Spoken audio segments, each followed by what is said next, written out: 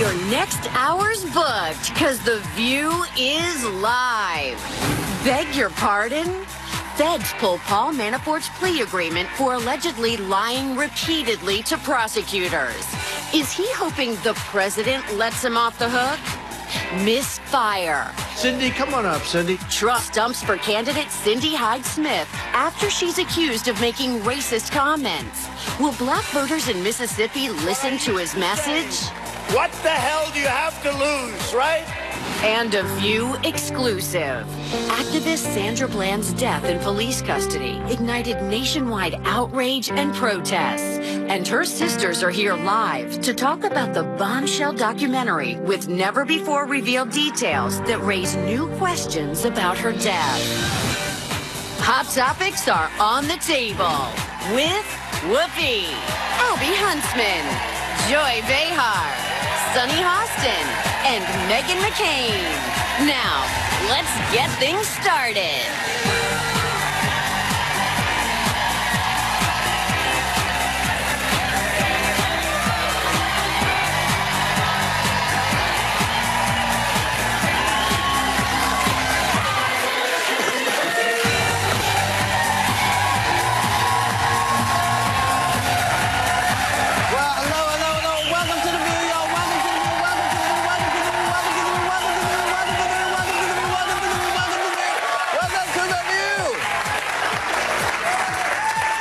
Hello. Aren't you a nice cream Sunday today? Yes, this is my sweaters. I told you I would bust them out after Thanksgiving. Yes. It is after Thanksgiving. And now my sweaters are busting out. And, sometimes you put things in your bra, sometimes you put them in your sock. In your sock You could drawer. put a little dog in there, I actually. could put a little birdie in there. I could put a hamster. A hamster. People do that. Put hamsters in their bras. You live in New York City, you see everything on the street. Wow.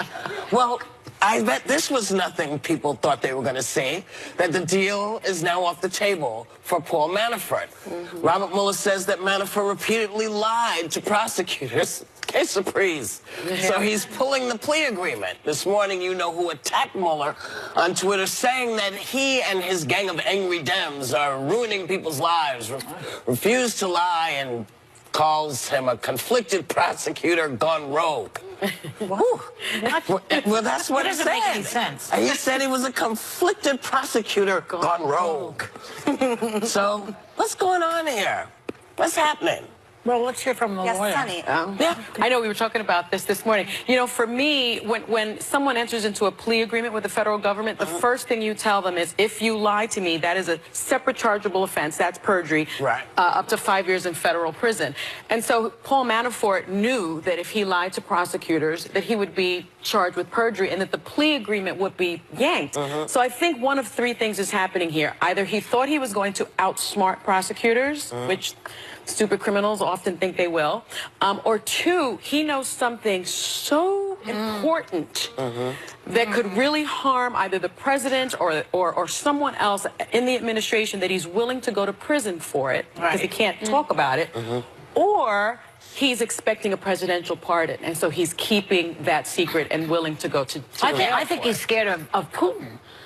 Well, that's that he knows something so important that he's willing to go to prison for it because it's either prison or death. Well, I mean, his family's at risk also. But to that angle, when you're talking about Putin, I don't know any, I'm not a lawyer, I don't know anything about this, but what we do know was one of the things that got him in jail was that he was an unregistered foreign agent, and he was a conduit between Russian oligarchs within Putin's inner circle. So whatever we don't know, and the Ukraine, yes. And this is what we do know about him. As far as I'm concerned, people that do blood money dealings like this, he should rot in jail and then he should rot in hell. As far as I'm concerned with Paul Manafort. She means that in a nice way, though. No, I don't. I think when you take blood money from foreign adversaries, when you're a United States citizen in the way that he did, he should, the idea that he could be pardoned, I mean, you already saw my reaction in our meeting earlier this morning, but it is, I don't even, it would enter us to a new level of insanity in this country, which I didn't think I could have. Is it just a coincidence that Trump finally answered all those questions from Mueller, and then like a few days later, we hear this information? Well, I don't know, because he can't talk directly to Manafort, so there could be some but what about backdoor Whitaker? Isn't Whitaker like the little mole, the little snitch now? I also wonder what this means for the Mueller investigation, because everyone's waiting for these results. They're saying this news about probably Manafort's not going to after- set it back? Is he going to now have to interview other people? It also highlights to me a struggle that I've had for a while with presidential pardons. I'm not an expert on pardons, but I struggle with the idea that any president has so much power that they could free someone from getting away with criminal activity. Really and it broad. really started back in England with the Kings. And I'm with George Mason, who was one of our founding fathers, who pushed back on this. And Alexander Hamilton was one that put it in place. And now we're to a place where I think the power has grown exponentially to a really, place where really it's like, what are broad. we They don't doing use it here? very much. I mean, they it don't was really meant to be use it. symbolic, my understanding. Yeah. Like Clinton did it with Preston King, who was a civil rights activism. It recently happened with Jack Johnson, the boxer, famous boxer. So when Clinton it's did used it. He in pardoned Mark Rich, if you remember. Rich. yes, and Yeah. it can Yeah. be used for situations like that are nebulous. But I think that if it's symbolic, if you're arrested Scooter for Libby being a was part- civil yeah. rights activist, Yeah. then that's a different situation than Yeah. somebody who was a conduit for Russian oligarchs with Putin. Yeah, but it's just such a broad power. And my question really is, what is happening with the Mueller investigation? People are saying probably in maybe January, after the holidays, we're going to hear what's going on. But Donald Trump in his recent tweets appear to be frightened to me. Yeah. You know, he's talking about this person going rogue. He tweeted something else out. I don't have it in front of me, but it was like, you know, this is just ridiculous and this is crazy. And I reading it thought, wow, he's really He's scared. at a 60% disapproval rating now, which is very high. Yeah. I don't know who these 40% are who still like Who it. the president does? I've seen so many different polls that are all over the place, because I saw one where he was actually doing much better than that. No, so it this just depends this on where Oh, is you the look. newest one. This is new. Son, you want to Oh, we have a legal notice. Yeah, you Sorry. do. That's Defense lawyers deny that Manafort violated the deal and say Manafort met repeatedly with the special counsel's office and believes he has provided truthful information. Lock him up. Well, the one thing, you know, Lock him up. but it came out that his daughter actually came out saying there was, I don't believe, I remember it was a text message or a Facebook message saying that her father had accepted blood money, and my compassion goes out to her because obviously she Whose didn't do father? anything I'm sorry, wrong. Miss- Paul Manafort's daughter. daughter. So I think even if this aside, he was a bad dude to begin with. Yeah. He never should have been on a presidential campaign. There was a reason why, to my knowledge, he hadn't worked on presidential campaigns, at least in the recent past. Why was he on that one? That's what I mean. And On that campaign, he had the Trump kind of campaign. reputation The that he others never are in should have been jail this too. close to I mean, a begin lot with. of them are in jail. Who works Politics, for Megan Trump. knows this too. I mean, when you Something run for new. president, or your family does, you often get a lot of political rats that come in there, people that you don't know well. So I actually don't think Trump knew him as like a really good friend.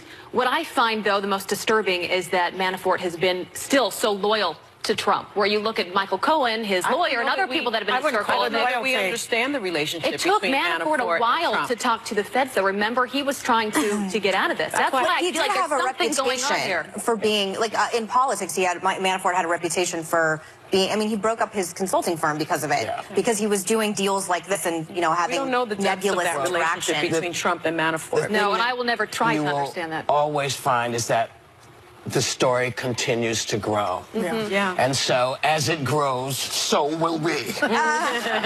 We will continue to bring you the insanity that we do call American politics, and we will be right back with many more Hot Topics. Still ahead, no kid gloves.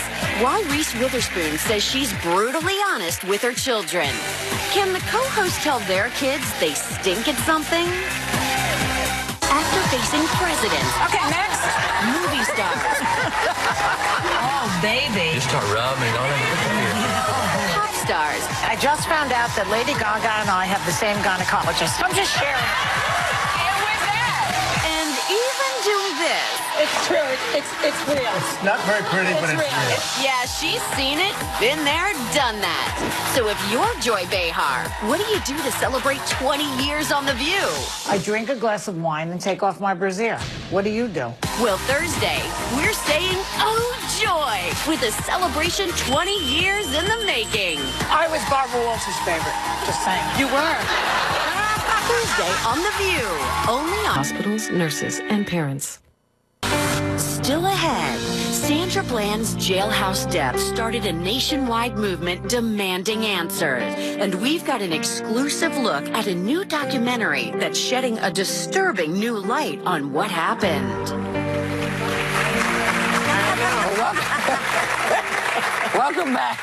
Boy, that was light applause. I feel like we're in England. They were instructed to do that I for know. some reason. Yeah. Light applause. It's like, oh, yes, so please, thank you. So, Welcome back. yes, we give you that 4 seconds of humor before we get into this conversation about the U.S. Senate race in Mississippi, which has gained national attention over accusations of racism against Republican candidate Cindy Hyde-Smith. First, she told her supporters she'd be in the front row at a public hanging if they invited her. And apparently in 2014, social media posts had surfaced of her at a Confederate President Jefferson Davis's home, holding Confederate soldiers' weapons and calling it Mississippi history at its best. And here's what you know who said before stumping for her last night. Take a look. I know her, and I know she apologized and she misspoke, but I will tell you this. I've known her for a period of time now as a senator. She's been an excellent senator. She's done a great job. She's somebody that's respected in the Senate. And I'm going there. I'm going to make, I guess, 2 rallies on top of everything else. Spare me. Now, they say she's ahead by 10 points in the polls leading up to today's runoff. So what's the message being sent? Well, she's a Trump candidate. She's really a Trump clone because he won Mississippi by 17 points. And she went around the state in a bus that was called she called the MAGA wagon, which had a photo of her and a photo of Trump on it. But I think what this race has done is it's brought back to the surface so many deep and real and raw emotions that still exist when it comes to race and still the problems that this country faces. In particular, and I haven't lived in Mississippi, and I'm not an expert in Mississippi history, but clearly that still exists in that state. Mississippi was ranked the #1 least healthy state.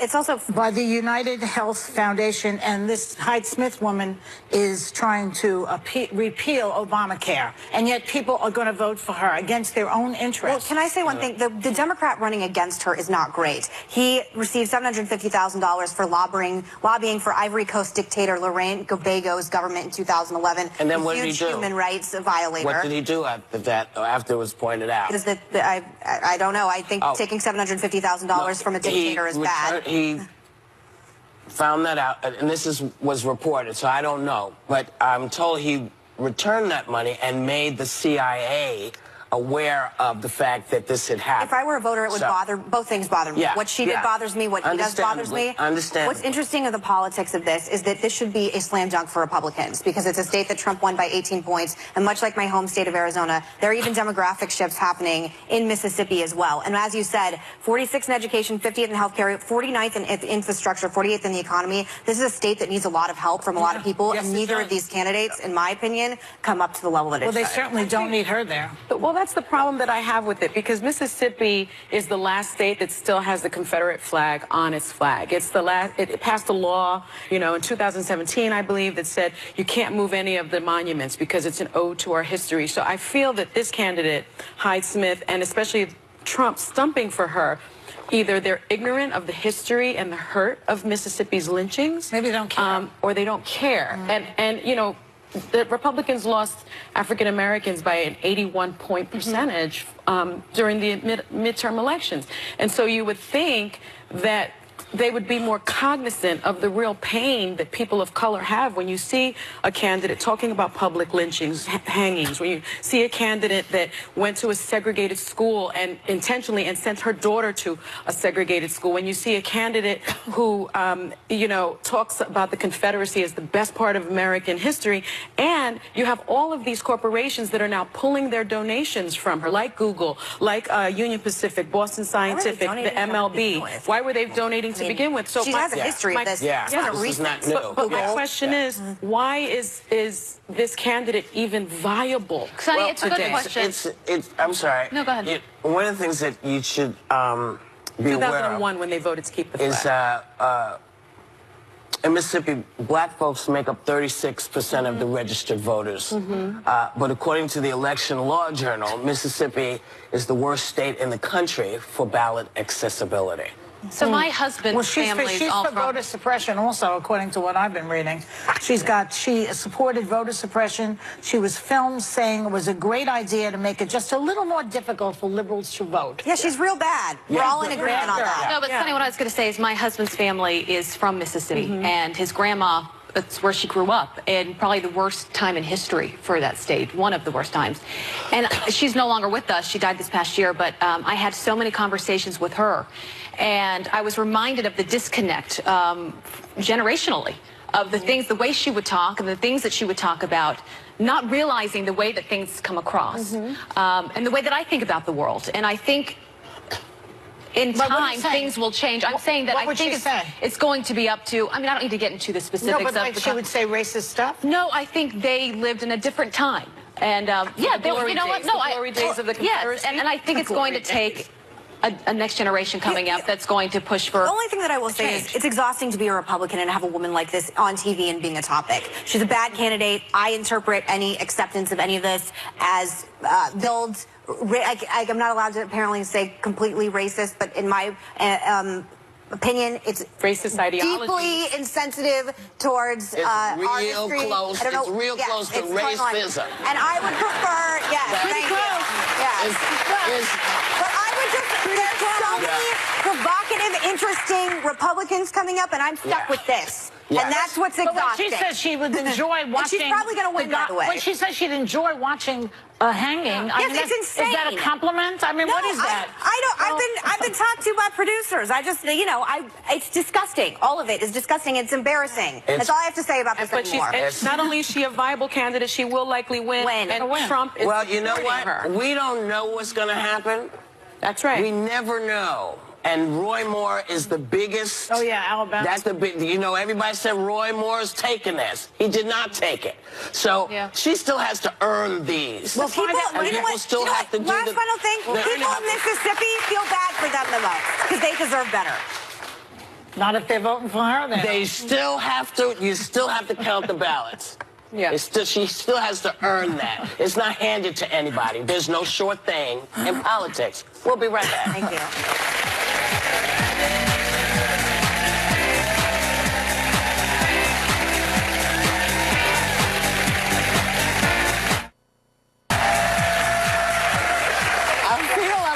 Applause disorder. I don't know what I'm hearing, and I can barely hear anything because my head is stuffed up. Yeah. I feel like it's this big. Yeah. I know. Well, I know. Dristan.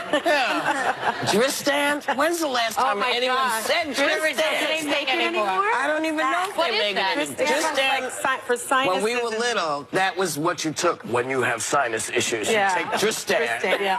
Just nostrils and here's the whole thing. So, speaking of nostrils, a lot of parents will praise their children no matter what. But Reese Witherspoon says she agrees with Chris Rock's famous bit about being brutally honest with your kids. She admits she broke it to her child, Ava, when she was in the 3rd grade, that maybe she wasn't great at basketball. But the question is, do you need to be honest with little kids? Can't you wait till... Do they care? Why not wait till 5th grade to ruin their little dreams? I mean, really, I don't think it's... I would never do it. You don't tell kids anything like that. Not until they're I thought that when I was a kid, I couldn't sing, okay? I find out it's the wrong key I've been singing in. Now I Is that what the problem has been? I mean, I was in these groups, and I was singing as if I was a soprano. I am an alto. And I sing in James Taylor's key. Now, they told me I couldn't sing, but I can sing in James Taylor's key. Yeah, that'll screw you up. Maybe that's my problem. I'm singing in the wrong key. That's not the problem. That's my problem. That's what you are not a great singer. You're a wonderful lawyer.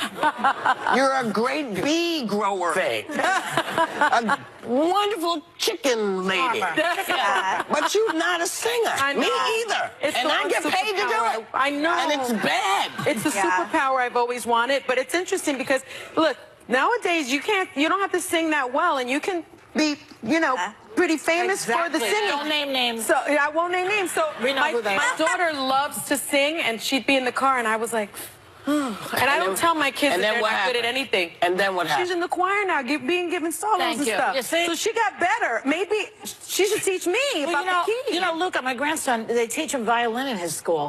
So I said, yeah, he has violin like what is that Japanese system they do? Oh, yes. And Suzuki. Suzuki. So I said to him, you can play the violin? Well, he says, PJ plays it better. So the kid knows already. You don't have to tell them. Yeah. They know. They'll figure When it you're out. little, don't you know? Like, I was not picked in dodgeball. I was like always one of the last kids picked because I suck at dodgeball. Were you the kid that they threw the ball out all the time? only sport Tried to I hit, have. or were you the one who threw the ball? I just was bad. No one wants to play with me on the team sports. But the only sport I've ever been good at is riflery and rifles. That's it. That's the only thing I can do well. Target shooting, hopefully. skeet shooting, anything with a gun. Yeah. My husband is better at skeet shooting than I am, but she now would like me to say. But you know when you suck. I sucked at every sport growing up. I was terrible. So Yeah, my parents, they put us in everything, so we would fail, though. Like, my sisters now... They put you in so you would instead fail? of telling us we were bad, I think they wanted us to Try it out. Yeah, so my sister is a concert pianist, and she travels the world playing. I couldn't even play chopsticks. Yeah. So you figured out, I You told do you the story, I figure it ran for out. office, and I was my only vote. You know, and it scars you for life. My parents aren't going to say, don't run for office because you're not going to be good. Yeah. They'll say, go after it. And then when you fail, you're That's like, what I do. I tell you're them, bad. try fail. everything.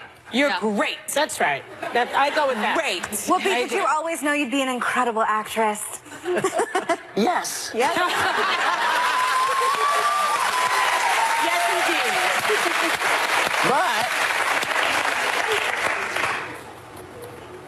But people outside of me said it was a crazy dream. No. But in my mind, I always saw myself coming downstairs with all the great actors that I watched on television on $1 Million Movie. Yeah. So in my mind, of course, yes, I always sure. Yeah. But, you know, other people sometimes are not so sure about your dream. Did your mom push you to do it? She didn't push me, She but encouraged you. but my mother said, listen, you're either are or you're not. And the only way you're going to find out is to do it. Yeah. So this is the thing that I believe. Let them try. Yeah. You know, they don't, my there's family- nothing wrong with trying. It might work out for them. You know, when I was growing up, nobody ever said to me, you can't do it. They never said you can't do it. So they gave me encouragement. They gave me an audience. They gave me applause. But they never got me an agent. Yeah, but and this to one's this day, got an Oscar, so I'm sorry. It worked out I for needed her. an agent. That's all I needed. Yeah, but there's a difference between that and having an EGOT winner sitting with us. I'm sorry. Well, you know let me tell you, the funny thing about the EGOT is I had never heard of it until I did the show, what's the show that Alec Baldwin was doing? 30 Rock. Yeah. Until I did that. No one had ever heard this phrase, EGOT. They're so few. I believe it was something that was made up for the show. I'll tell you more about it. We'll be back. Yeah. No, I don't.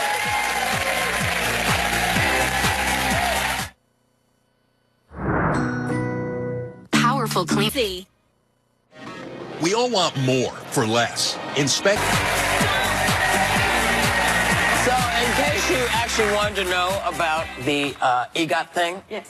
1984, Philip Michael Thomas brought it up as a way to describe all of the awards. Wow. Then in 2009, there was a episode on 30 Rock with Tracy Morgan, who was pursuing me.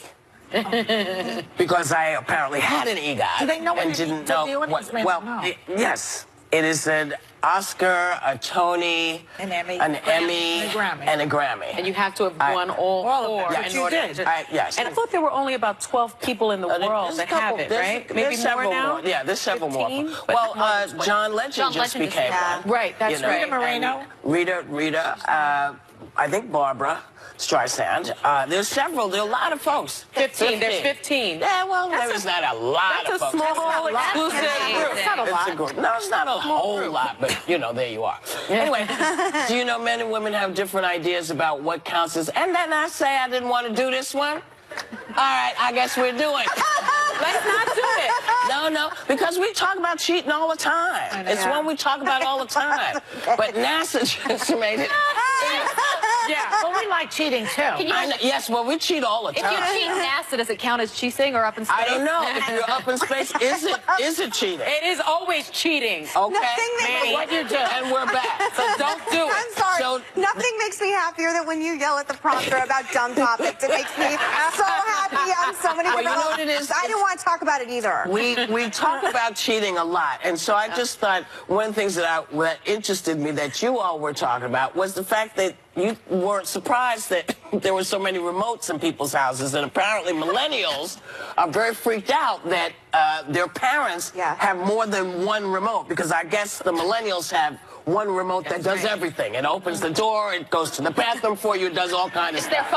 It's their phone. It's but they don't understand why you have a lot of different remotes for your different televisions. Who cares? Apparently millennials do. I love this. I don't like all the different remotes. I like one remote. Manny has booby-trapped our entire house. We have so many different remotes, and then wants to explain to me how the remotes work. I mean, it's like, I don't want to know how the clock works. I just want to know what time it is. Just turn the TV on. You almost swore. You almost swore. I heard that. TV on. Because nobody gives a, about any of this. We'll be back.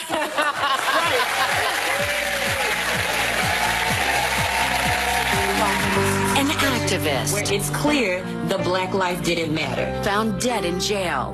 A coast-to-coast call for action. 3 years after Sandra Bland's death, does a new documentary reveal details that could change everything? Her family shares their mission for justice only on The View. Next. This is The View. The Queer Eye crew is bringing the fab. Plus, things get marvelous with Rachel Brosnahan and Tony Shalhoub. And Joy celebrates 20 years on The View. I was Barbara Walters' favorite. Just saying. You were. This week on The View. It all centers around... Step out of the car. No, you don't have the right. Step out of the car. You do not have the right to do that. I do have the right. Now step out or I will remove you. I'm going to drag you out of here. So you threatening to drag me out of my own car? Get out of the car. And then I will light you up. Get out. Wow. That was activist Sandra Bland getting arrested after a routine traffic stop escalated back on July 10th, 2015. 3 days later, she was found dead in her jail cell.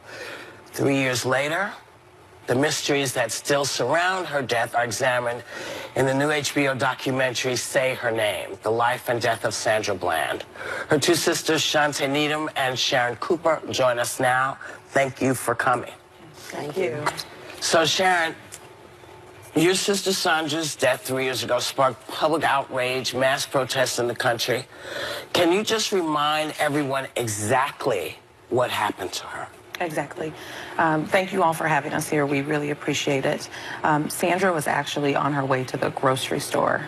She had just relocated to Texas to take a job opportunity with her alma mater, which is Prairie View A&M. And just in the course of, quite frankly, living while black in America, which we all know far too well, she was pulled over by a police officer for failure to use her turn signal to change lanes.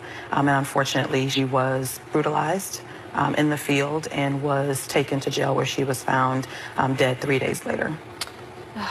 Shantae, you were actually one of the last ones, the last one to speak to Sandy in jail. Yes. We have a clip of that, actually. Let's play it. Sandy called me on July 11th to let me know that she had been arrested. I said, what are you in jail for? She said, I really don't know. And she said, my arm is hurting really bad. And I could hear her talking to the guards. I wouldn't wish this hurt on anyone. The emotions are still so raw. And you watch this and still so many unanswered questions. I want to point out that your family never even got a call that she passed away. It was a cousin that called and told you. What do you think happened? Do you think she took her own life? To be honest with you, we'll never know. Everything surrounding it was questionable. So we'll never know. And that's what hurts the most. And this documentary is so powerful. I watched it last night. It's so incredible. But one thing that struck me was that Sandy was an activist. She almost narrated the documentary through her blogs about racism and race relations and working on she wanted to work on the divide between the races. She talked a lot about police brutality.